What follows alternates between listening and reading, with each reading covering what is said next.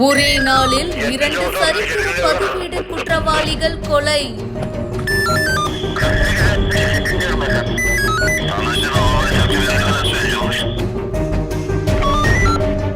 ஜூலை 29ஆம் தேதி இரவு நேரத்துல நடந்த பரபரப்பான சம்பவம். பதறிய பொதுமக்கள்.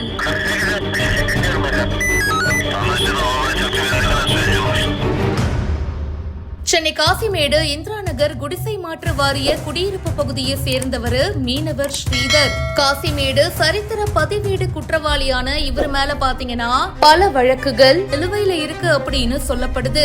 இரவு நேரத்துல காசிமேடு பழைய மீன் விற்பனை செய்யும் இடத்துல இவரு போயிட்டு இருந்திருக்காரு. அப்போ அடையாளம் தெரியாத சிலர் ஸ்ரீதரை கொலை பண்ணிருக்காங்க. தப்பியும் மூடி இருக்காங்க. பக்கத்துல இருந்தவங்க உடனடியா போலீஸுக்கு புகார் கொடுத்திருக்காங்க. போலீசார் ஒரு பக்கம் தீவிர விசாரணையில ஈடுபட்டு வராங்க.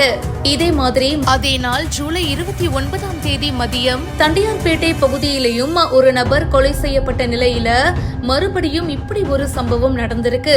ஒரே நாள்ல 2 சரித்திர பதிவேடு குற்றவாளிகள் கொலை செய்யப்பட்ட சம்பவம் பரபரப்பை ஏற்படுத்தி இருக்கு.